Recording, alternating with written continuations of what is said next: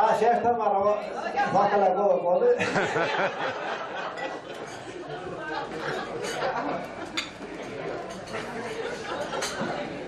Ég held ég verð að fara með hérna smá erindi áður en að...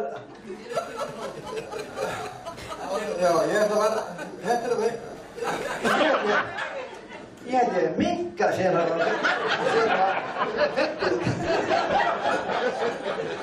Jæja.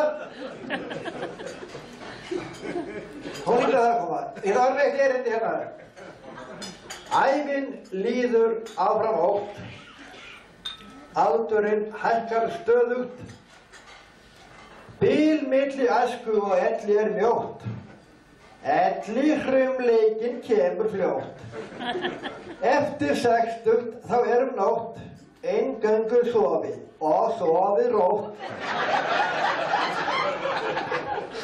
Allt sem hjá ungum uppreist fljótt. Afslappað hangir niður.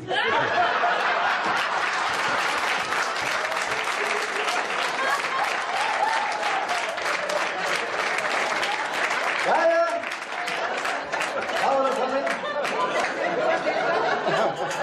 Þetta nú bara svona, hérna, eitthvað lélegt ævi ákrif. Þegar hann svo ungur að ég fer með meira þegar hann áttræður.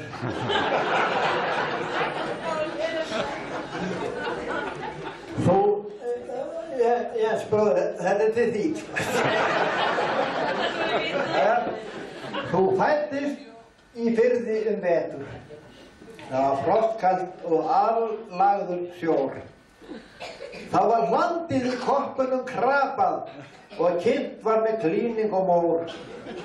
Þú varst vafinn í talsverða teppum og talaði hvað þú væri stór.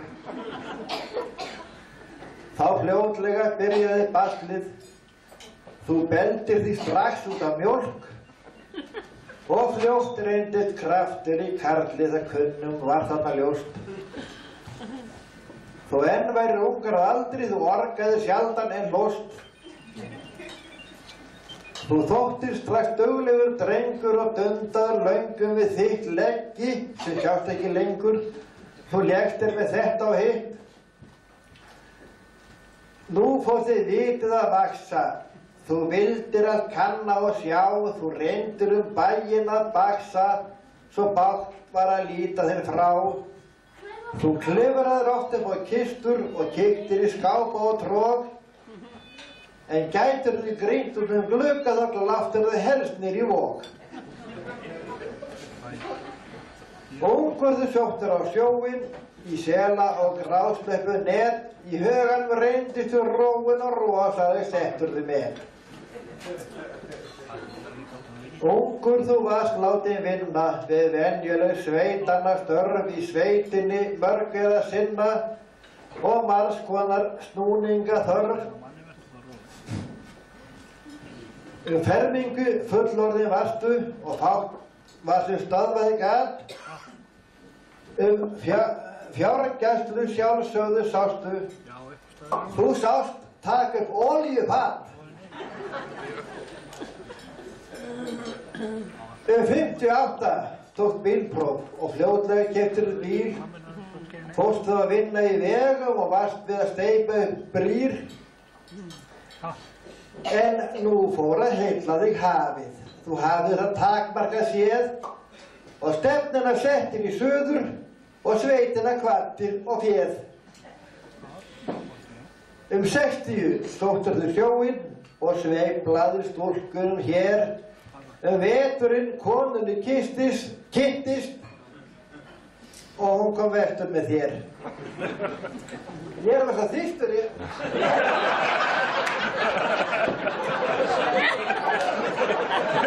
Já,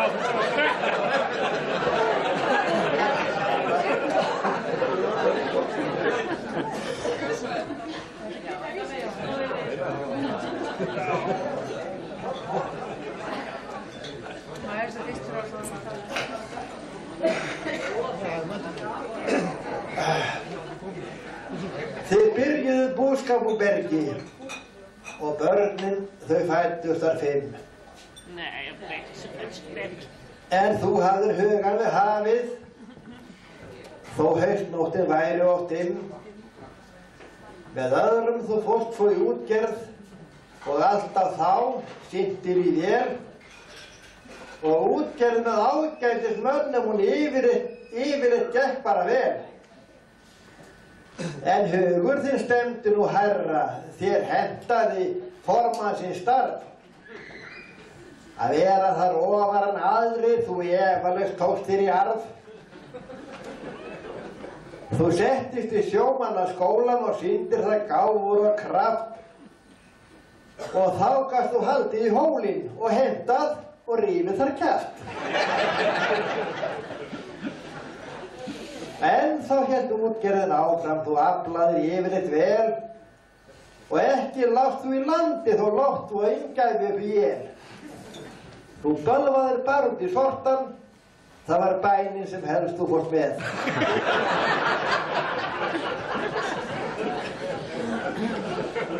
Margt hefur á dagana drifið og dæmis að alls ekki hér, en framkvæmdir hafa því hrifið það allur landslýður sér. Þú byggðir í Grímsnesi bústað og bjóst við að eiga þar hvíld, en það mannin aldeilis annað og alls ekki betur en á síld.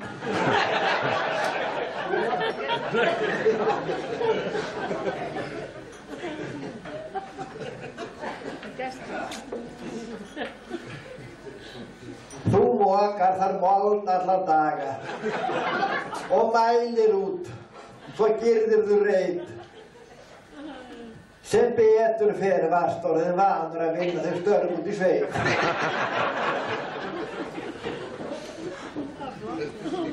Já, en ert að starfa við útgerð og átt víst 2 báta á sjó. En svona hjá 60 karli, þá sýnist það vera alveg nóg. En þú ert vanur að vinna og veist hvað það þykir svo hollt. Og ekki skal hætta í útgerð á meðan að landið volt.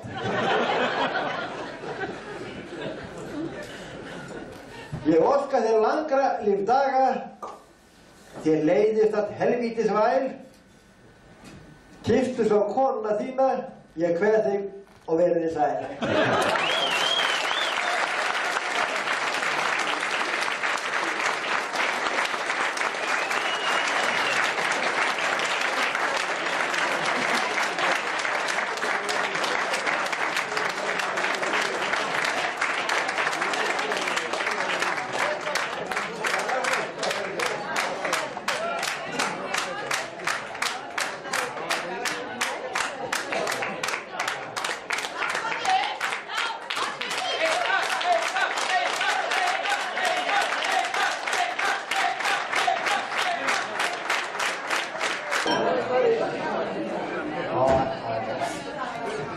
Já,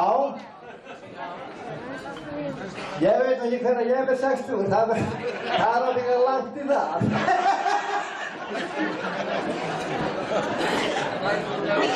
Já. En í síðustu sumar þá fórum við Spánar og við fórum við á Guðrúnu. Það var helvíti það.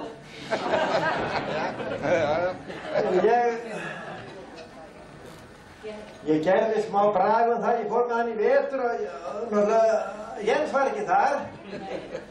Ég hef ekki farið með hann aftur, það er ekki það. Það er alltaf mér að meina laus.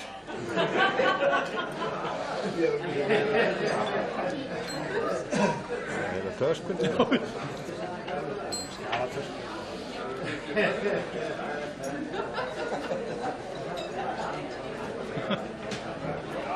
Jæja, ef þið nennið að hlusta á þetta þá er alveg meinalaus að fara með þetta. Þetta er ekki sérlega merkilegt sko, en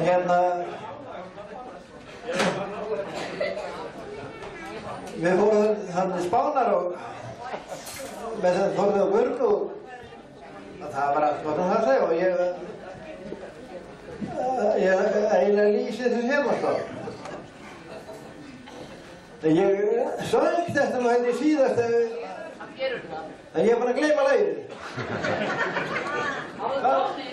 Hvað var það? Hvað þú spyrja? Fríla! Hæ? Fríla í gamla hellinum. Já. Það er engin undarleikur en þetta. Hæ? Heila hérna.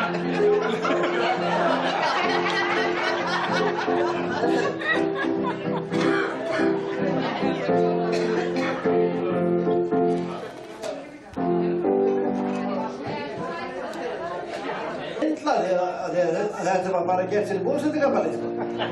Jæja. Þórður og Guðrún eru nú til ferðalagahús. Það frést hefur að út á Spáni þau eigi sumarhús. Og ekki eiga þau bara eitt, ég ætti að bætast við. Og út við Sundlaug oft þau sjást þar liggja hlið við hlið. Þau hættu harðfiskuverkun sem þau hófu í fyrra vor og hellingu af rauðmaga sem verkaðist í slor. Þau kváðust ætla á fiskverkun að hvíla sig sinn en keyptu sig í snatri inn í ferðaiðnaðinn.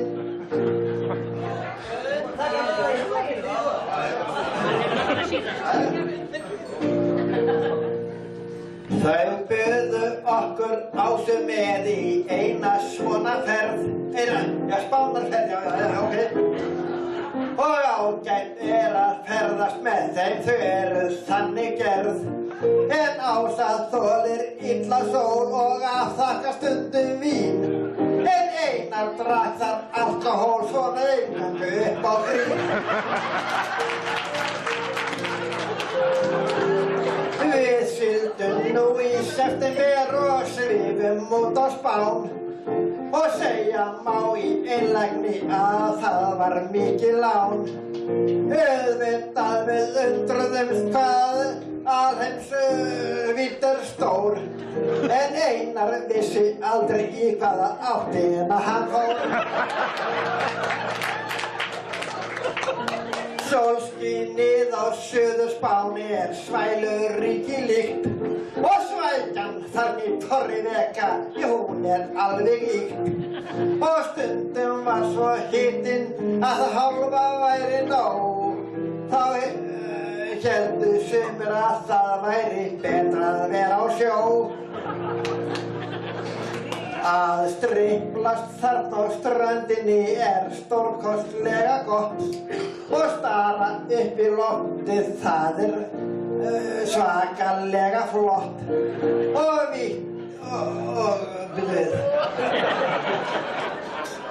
og vita að næstu bekk er næstum nakin frú þó neðri hlutin hennar minni á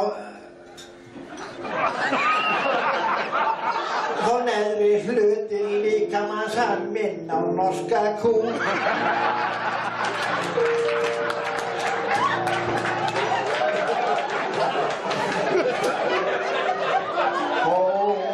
Guðrún lá nú berbrjósta á bekk þar út við sjó og belgurinn á Þórði myndi helst og yfirstærð af ó. En Ása sat í ökla syðri úlpu upp við bar en Einar vissi fjandakortið ekkert hvað var.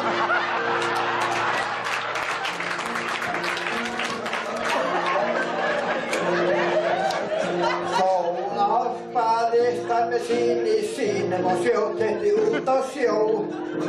Þá fékk hann af því ferðalagi, nei, byrju við. Hvað? Þá baðist hann með síni sínum og sjóketti út á sjó. Að sjálfsögðu þá fékk hann að því ferðalagi nóg. Hann lá eftir það lerkaður og latur eins og svín. Og lengi vel og eftir gat hann varla smakkað vín.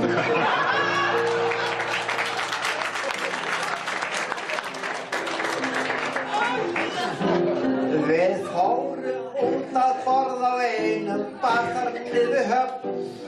Og betur en nú að sleppa því að nefna einhver nöfn. Þar var drukkin dósa bjór og dimmrött Spánar vín. En Ása tók upp afganginn og át hann eins og svín.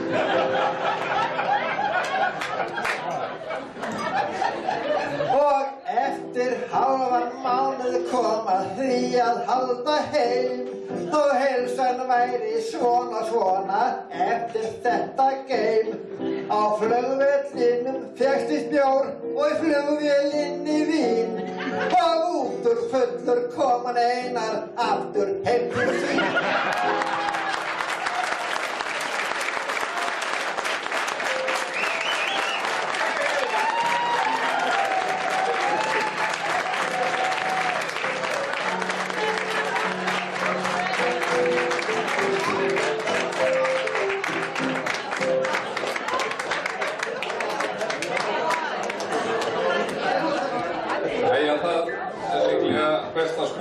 Þessu niður með kaffi og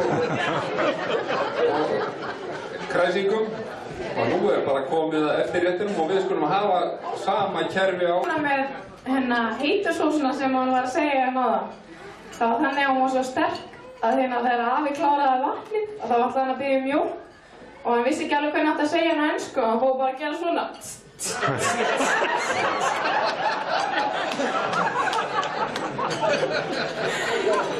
En þegar ég var 12 ára fór ég fyrst til útlanda og það var þegar amma mín og afi buðu mér út og það var svolítið gaman. Við fórum með, það var ég, amma, afi, Valli frændi og Sigrún og Gulli sem komum með og vorum í 2 vikur.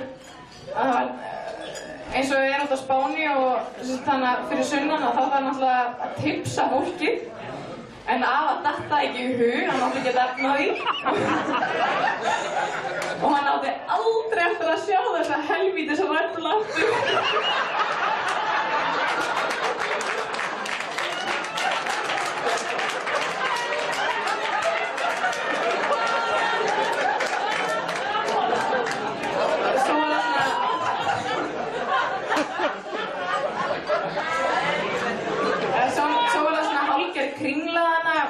Út af Kanaríum sem svona kringlan hjá okkur heima að það var allstað svona ólöglegir innflytjendur sem voru að láta alltaf prúta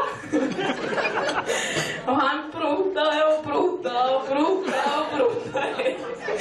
Svo fórum við í fína verslun og hann ætlaði að kaupa handa með sundból. Honum fannst hann svolítið dýr og ætlaði að prúta og ég held að kettlingin ætlaði að sparkið á skóla.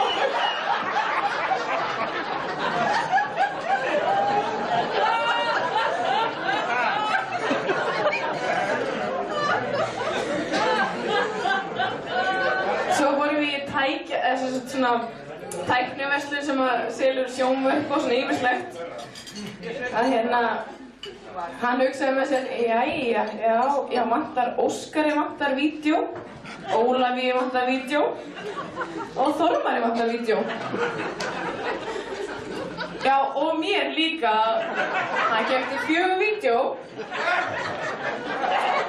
5 útvarpstæki sem voru nýja á markaðnum og svo keypti hann 4 úr. Það var hann okkur barnabörnunum. Svo kom ég heim og ég var alltaf að telja 1, 2, 3, 4, 5, 6 og ég sagði, veitu, hvað keyptirðu þessu úr? Nei, elska minn, ég veslaði með svo mikið pening, ég stal restina.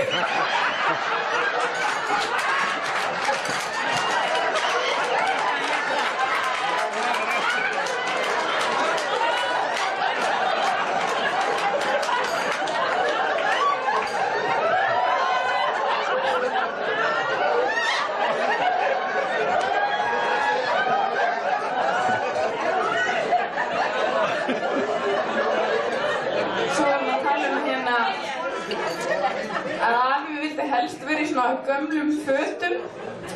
Afi og amma fóru til Kanada í sumari, einhverja rosa reisum. Og svo kemur afi í svona eldgamli Henson-peysu. Og rétti mömmu einhvern voða kassa og já, ég og mamma opnuðum hann. Það var þetta einhver voða, ég veit ekki, jakki eða eitthvað frá fínni verslun og ég sagði, já, þú hefur kannski haft efni á þessu, en hvar veist þessa peysu sem þú fík? Ég held að hann Jón hafi fengið hann þegar hann var í stýrimannaskólanum.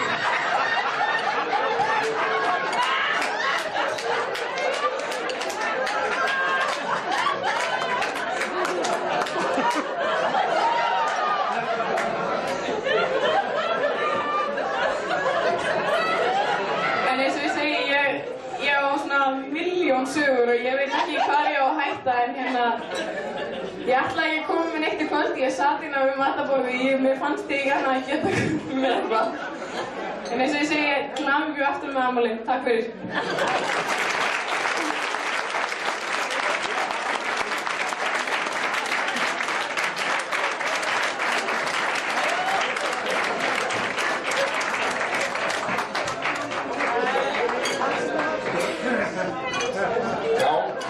Fjörið þetta áfram. Næst kemur hér Rósa Þorsteinsdóttir.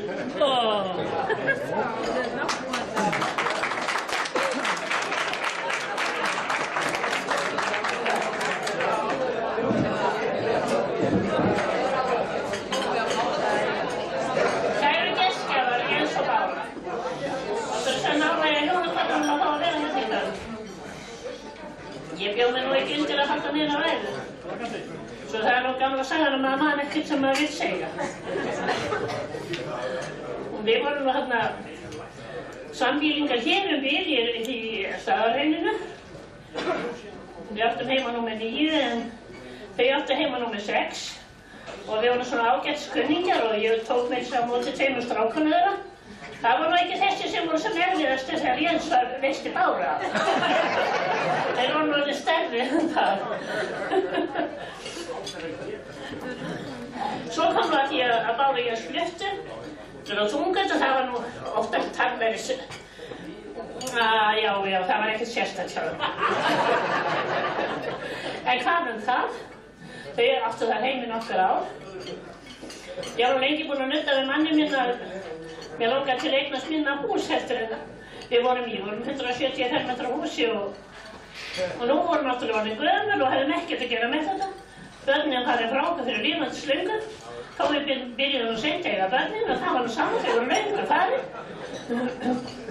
Svo frétti ég að það að Grindin ætlaði að fara að byggja hús upp á Iðavöllum. Og ég brá mér nú þarna til hans Magnúsar og hún baði að láta okkur sitja fyrir þarna í húsinu ef hann færi að byggja. Maðurinn minn hefur nú aldrei mátt heyra það nefnt, það flytt úr Staðarreyninu. Ég sennilega hef ekki gefið honum koníak eða eitthvað til þess að samþykja. Einhvern veginn vildi að þannig til að hann samþykti þetta. Og við festum okkur þarna hús á Iðavöllum 4.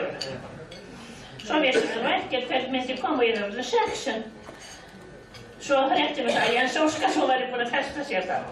Og við erum óskaplega glöðir við því. Af því við hefðum verið þarna nágrannar áður.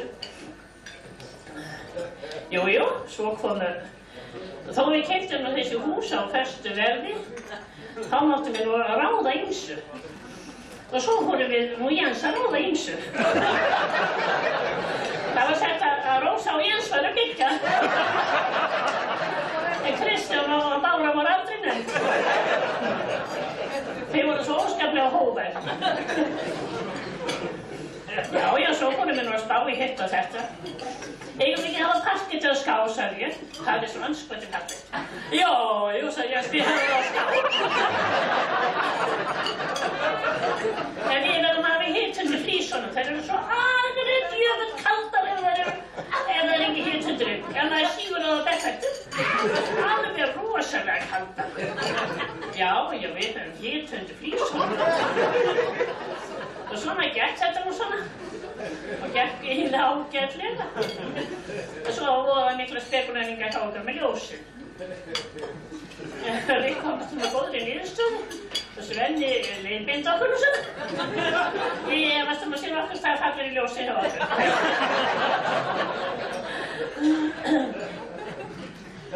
En svona, þau urðu falleg fyrir lest. Og svo gekk þetta svona bara ágætlega.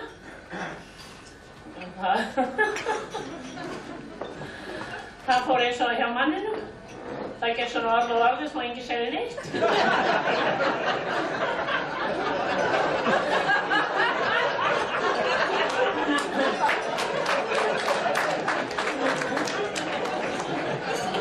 Það voru engir arkitektar á þessum húsinu og bara ég og Jens. Ég bara efast að sé alltaf fallegri hús til. Við erum ábyggilega fædd arkitektar. Ég hef ekki meira um þetta að segja það, við erum þannig í nábýli og okkur kemur alveg afskaplega vel saman.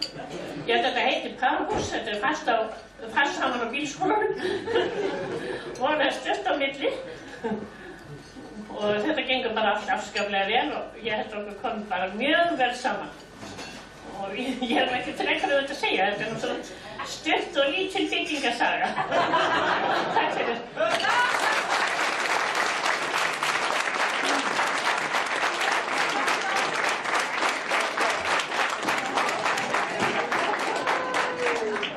Og næstur tekur til máls Tómas Þórhallsson. Sitja Jens og Pálmi okkar innilegur hamingjóskir í tilefni af deginum. Ég ætla ekki að vera inn með gamanmál en Jens, hann hringir til mín 1960 í öllveðri vetrarvertíð, eða byrjun vetrarvertíða.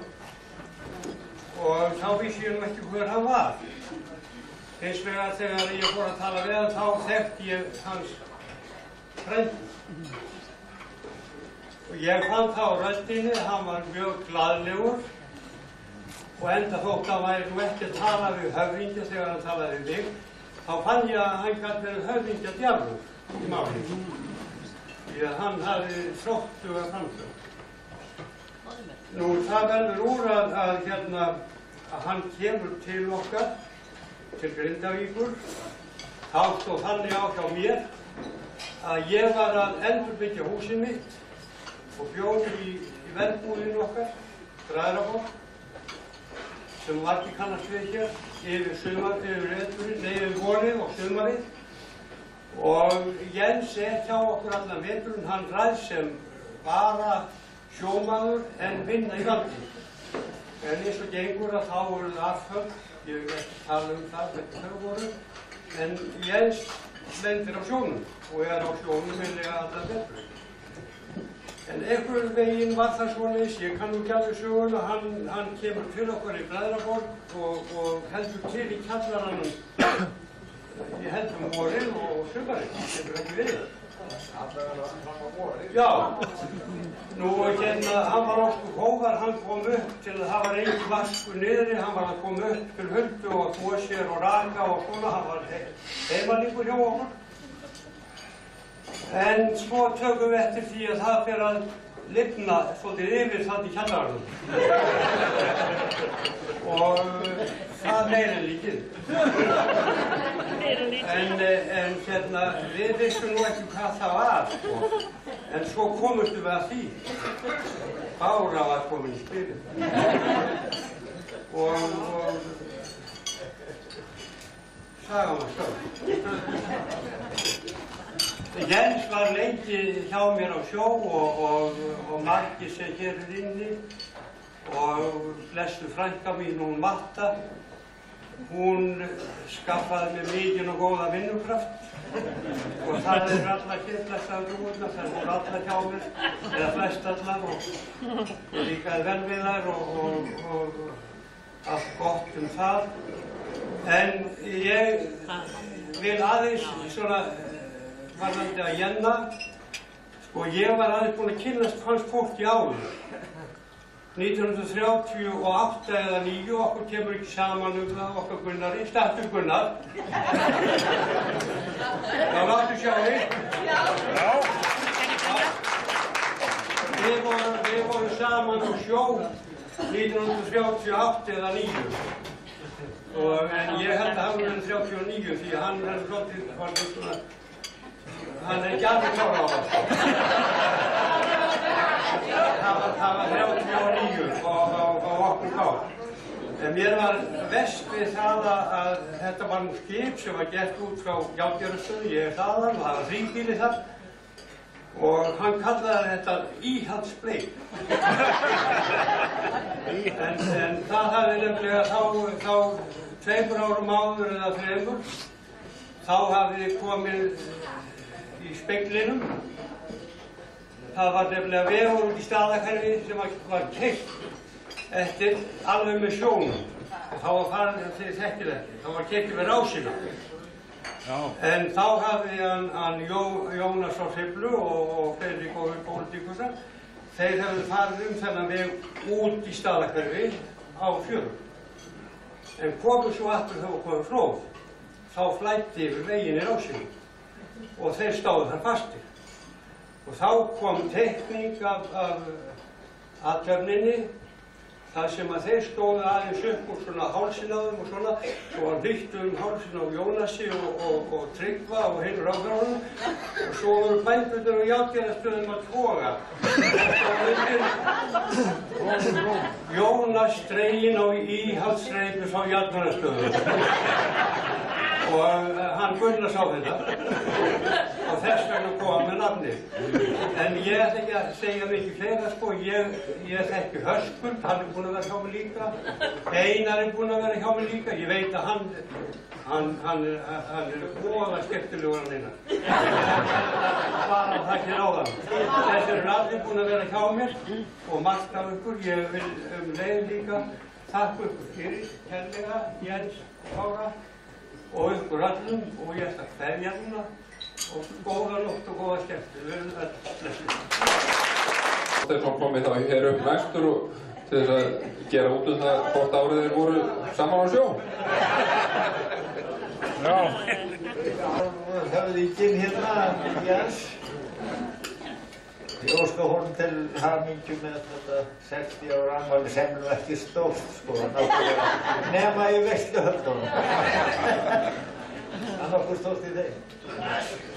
Ég ætla bara að segja ykkur sögu. Mér fannst svo leiðinlegt að heyra það þegar að einhver maður sagði hérna áðan, eða í fyrra í kvöld, að hann væri alltaf í sömu fötunum. Ég gat nú ekki fellt mig við það. Ég hef aldrei séð hann í sömu fötunum. Ég hef nú ekki að vera 83 ára bráðum. Ég hef aldrei séð hann í sömu fötunum. Hann hefur alltaf komið við hjá mér og ég hef komið til hans og hann hefur yfirleitt verið alltaf í einhverjum öðrum fötum og síðan. En ég þekkti einu sinni mann sem að ég var með lengi og góður kunningi og hann lifandi enn. Og hann lenti í sjóskaða einu sinni, bara miklu. Hann komst einn af að bátnum af því að hann var í ullar nærbuxum. Og presturinn sagði þegar hann var í jarða konunars að hann hélt eiginlega ræði yfir honum en ekki konunni. Og hann sagði að hann var svo hress núna því hann hefði aldrei farið úr buxunum síðan hann kom til land. Og þess vegna verði ég nú að snúa þessu upp á Jens. Sjálfan þetta höfðingjan. Að ég veit það að hann gerði þetta allt. Hann góðmennskunnar galt og hann gerði þetta allt vegna þess að hann hélt að elsku konunni væri svo kalt. Þetta er nú svona álpartinn með þetta Þorberg Þórðarsson. Þeir kannast við það alltaf. Og svo hef ég eiginlega ekki meira að segja. Mér finnst bara að þurfa að leiðrétta þetta að hann hefur haft fataskipti sem ég alltaf minnskosti tvisvar í mánuði. Við höfum báðir verið hásettar hjá Tómasi. Hann var nú ekki orðinn formaður náttúrulega þá þegar ég var hjá honum. Þorvaldur held ég að hafa nú talist heldurinn Eiríkur. Það var Eiríkur og formaður. Þorvaldur var svona ráðsmaður til sjós líka. Ég var með honum til sjós og ég kom hérna suður, það var 1939 mánaðamótin þegar ég kom hingað í janúar, bara 1. janúar og komst hingað til Grindavíkur nokkru eftir ég kom til Reykjavíkur. Var hérna alla vertíðina og þeir voru svo hissa hérna þessir, bæði Þorvaldur og Eiríkur að vera að senda sér þetta helvítis perverstana balvastöðum sko, það var lítill og en það var samt úr að hann fór alla róðrana á íhalsbleik sem fannir úr þessa vertíð og þeir fyrstuð ekki minna þó að hann verið með. Þakka ég ykkur fyrir. Líka á nýju veiðarfæri. Ég held að afmælisbarnið meginn ekki bara langt. Þetta piss. Ég heiti Kristján Árni Ingólfsson, frændi Báru, einn af móaættinni. Blikkar þegar það kemur fiskur í netið. Menn þurfa ekkert að fara á sjó fyrir að það hefur komið fiskur í netið. Og afmælisbarnið, það hérna getur bara verið rólegt heima, þangað til að kemur fiskur í netið, þá fer hann út. Svo það líka öðrum eiginleikum gætt, ég hef hannað þetta mjög vel og taka mörg ár, að ef það kemur einhver annar hlutur í netið, þá blikkar það hraðar. Og það sérstaklega fyrir þá hluti sem farmenn að henda í sjóinn þegar það nálgast landið út á Toddarhólum. Nú ég ætla að biðja Jens skipstjóra að koma hérna og draga netið hérna á körfinni og sjá hvort það virkar ekki. Við sjá.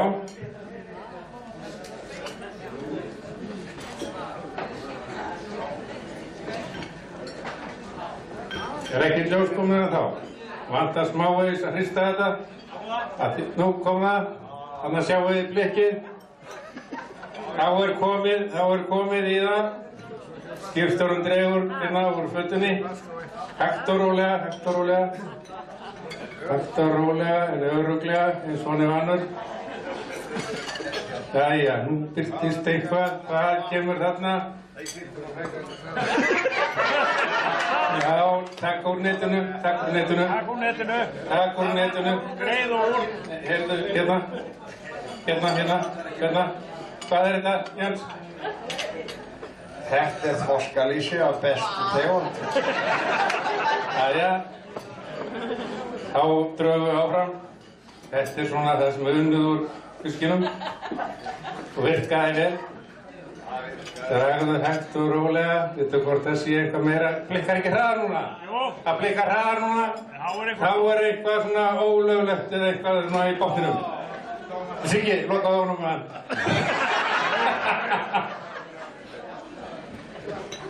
Það er eitthvað stórt en það. Já, heyrðu, jæja. Lestu úr netinu.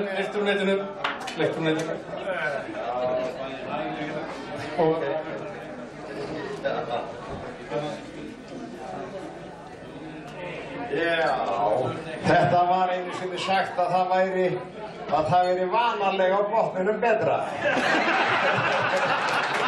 Það var nefnilega það er konjak hérna, víkingakonjak. Já, og hann fær aflan skipstjórinn í þetta sinn. Á þessi skipstjórum. Takk fyrir.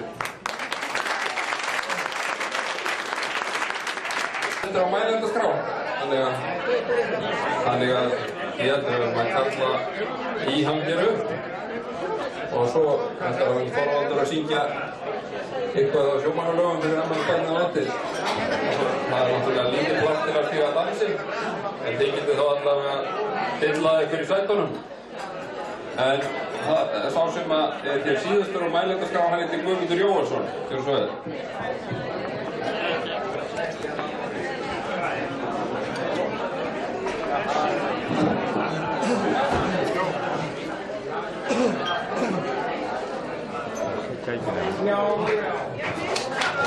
Góða kvöldi, kæru Jens og Bára. góðir veislugestir. Mér finnst eiginlega ómögulegt að standa hérna upp og annað en að standa hérna upp og segja örfá orð. Svo ég segi nú aðeins deili á mér, þá hann Gunnar hérna sem talaði hérna á hann er tengdapabbi minn. Ég tengdist þessari margrómuðu Litluriðarætt eitthvað í kringu 1900 og rétt fyrir 1980 þegar leið á þann áratug og þá var mér sagt að þetta er eiginlega gerst þannig hérna áður. Þið vitið að þetta fólk var alltaf vestan, harðir Vestfirðingar við sunnanverðu, en það mynduðust svona eins konar 2 útibú hérna á Suðurnesjum. Annars vegar var Gunnar tengdapabbi minn sem settist það í Kópavogi og síðan kom Jenny og settist það í Grindavík af því hann var elstur. Nú, ég kom sem sagt inn í þessa mynd einhvern tímann 1977 og fljótlega eftir það þá æxluðust hlutir þannig að ég kynntist þessum myndarlega hlýlega og hávaxna frænda ömmu minnar og síðan hafa þau kynni vaxið og aukist stöðugt gegnum tíðina. Nú, þetta fólk af þessari ætt á það til að vera svolítið gamalt og það rifjaðist upp í kvöld ákveðin saga hérna sem að gerðist fyrir nokkurum árum þegar Þorsteinn í Litlurýr sem ég var svo lánsamur að fá að kynna ásamt hans ágætu konu. Þegar hann var nírætt þá fór hann með Gunnari tengdapabba á árshátíð hjá Lions í Reykjavík og þeir voru þar kallaðir upp á svið, faðirinn 90 ára og sonurinn 70 og gamli maðurinn lýsti því þá yfir að hann hefði ekki viljað láta drenginn fara að öðruvísinn í fylgd með fullorðnum. Og mér sýnir sem sagt núna að þetta stefni alveg í sömu átt. Nú getur Stína bráðum farið að fara með Jenna á sömu forsendum. Nú, minn atvinnugrein er að fást við skriftir, bókhald og endurskoðun og því líkt og fljótlega eftir að við Jenni kynntumst þá fór hann að venja að koma sína til mín í því skyni. Ég get nú alveg svona ljóstra því upp hérna að þetta er nú ekki sterkasta hliðin hjá Jenna, þessir helvítis pappírar og anskotans bókhald og allt það, þú veist. En ég hef verið ljúft að upplýsa það að alltaf þegar hann kemur reglulega til okkar á skrifstofuna, ég hef með skrifstofu í Kópavogi, og alltaf þegar hann kemur að hann er það rauðfúsu gestur og það þekkja hann allir, en ég hugsa hann þekkja ákveðlega fáa. Það gustar á manninum og hann talar kjarnyrt og tæpitungulaust mál eins og sjómönnum er gjarnan tamt og notar gjarnan svona sterk orð til að leggja áherslu á það sem hann segir. Þið kannist eflaust við þetta akkuratið. Þetta helvítis pappísrust. Nú, þetta sem sagt hefur þróað svona og mér er ljúft og skylt að segja það að það hefur verið virkilega lífsgæfa að fá að kynnast þeim hjónum, þeim Jens og Báru og fá að hitta það til mér orðið allt og sjaldan en við bara bætum úr því og það rifjaðist upp fyrir mér áðan að þið vitið það að það er mikið í tísku þegar að páskar koma að þá fá menn páskaegg og leggja stundum svolítið mikið upp úr málsáttunum sem koma upp úr þeim. Maður er náttúrulega fengið alveg óheimli mikið af málsáttum gegnum tíðina en einhvern veginn er það nú þannig að það er bara einn málsáttur sem að ég man af öllum sem ég hef fengið í gegnum tíðina. Og hann hljóðar þannig: góð kona er höfuðprýði húsbónda síns. Þessi orð vil ég tileinka vinum mínum Jens og Báru því að við mögum ekki gleyma því að Bára er nýlega komin á þetta merkisskeið líka þó að það er svona farið hljóðara. Ég sagði nú við hann áðan og svona í afsökunarskýrni að sennilega væri þetta því að ég sá þetta hvergi í auglýsingu. Ég man aldrei afmælisdaga, við verðum að fyrirgefa það bara. Það er nú þannig en mér er ljúft að ítreka mínar hamingju óskir til þeirra og vona að ég megi eiga samvistir við þau og kynni ókomna framtíð. Takk kærlega fyrir.